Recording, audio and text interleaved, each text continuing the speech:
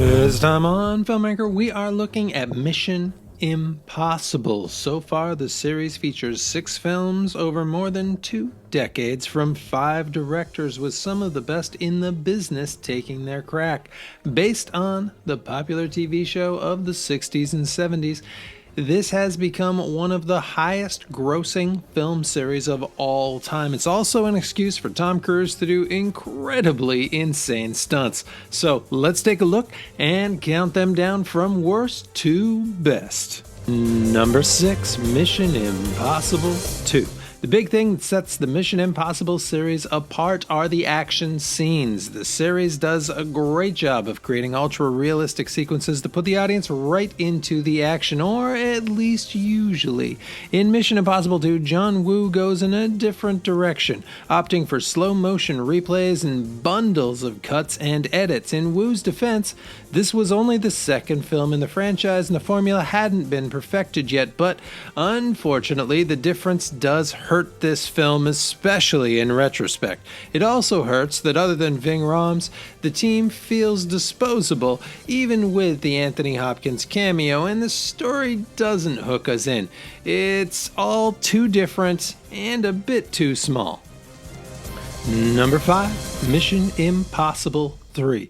J.J. Abrams did a good job resuscitating the series after the disappointing second outing. MI3 brings back the world-hopping feel with a big plot and a cool bad guy in Philip Seymour Hoffman. However, when we look back at the series, this one feels like it's just a step before the series really hit its stride. As cool as Jonathan Rhys-Meyers and Maggie Q are, they don't end up being key characters in the franchise, and while Simon Pegg's introduced and Ving Rhames pops in for a short cameo, both are bit players. Also, while the pace is solid, there isn't the huge action showpiece to point at. On the plus side, the introduction of Michelle Monaghan helps build out Ethan's character and creates ripples that continue throughout the series.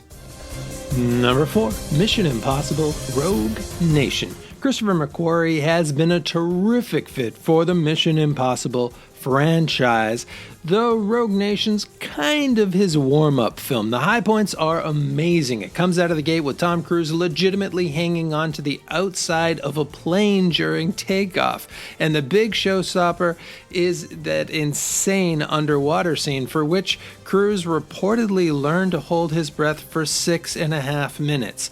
Which is bonkers. Rebecca Ferguson's a terrific addition to the cast. The story mostly works, especially as the first half of the larger narrative that continues in Fallout. That said, the pacing isn't quite there, with a lot of the action being front-loaded and too much time given to what feels like yet another government wants to shut down the program angle. That's not to say it's bad. It's great. It's just not quite as good as the best. Number 3, Mission Impossible. The original came out at a time when the world was packed full of film retreads of old TV shows. Few of those worked, most of them didn't, but none of the others created an enormously successful franchise that continues to this day. The original film did so much right out of the gate and set the framework for a killer series. Tom Cruise was perfectly cast, as was Ving Rhames, and cool ideas like the masks have become mainstays, though perhaps the biggest staple was the showcase action scene in the original rope-dangling heist has become one of the classic scenes in action films. It also helped to have Jon Voight and Jean Reno on the team out of the gate, and a well-respected director in Brian De Palma running the show. Number 2, Mission Impossible Ghost Protocol. There's a clear divide between the first and the second half of the series. The original trilogy has some very cool action, but it's built around twists and turns and double crosses, while the later 3 films still have those twists, but the focus is clearly moved to the action and the glossier sequences, with the bar raised considerably. Case in point, Tom Cruise hanging off the tallest building in the world. The previous 2 films had not quite cracked how to top that disc heist scene in the original movie, but that all changed with the Burj Khalifa sequence.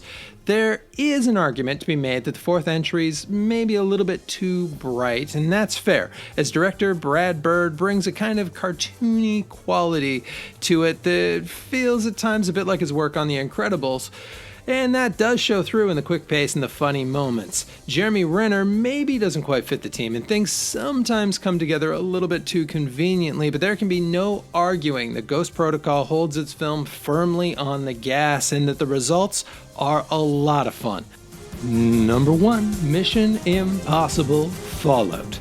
How do you up the ante from hanging off the world's tallest building or holding your breath for 6 minutes? This is the challenge that Christopher McQuarrie's second film and the sixth Mission Impossible movie faced, and it could be argued that they overcompensated with the answer. Fallout features an insane freefall sequence and then a terrific motorcycle chase through rush hour Paris, including a spin past the Arc de Triomphe, but then it ups the ante with Tom Cruise taking 6 months to learn how to legitimately fly a helicopter and then using those skills for an insanely dangerous but fun to watch helicopter chase through the mountains.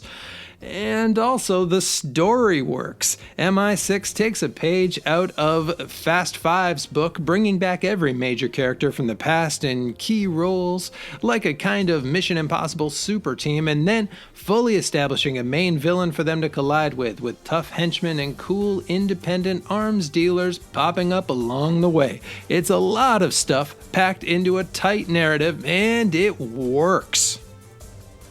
And that is it. It's rare that a series like this keeps getting better and better, but I'm very excited to see what the in production Part 7 and planned Part 8 have in store. Meanwhile, let me know your personal faves, and hopefully I will see you all next time.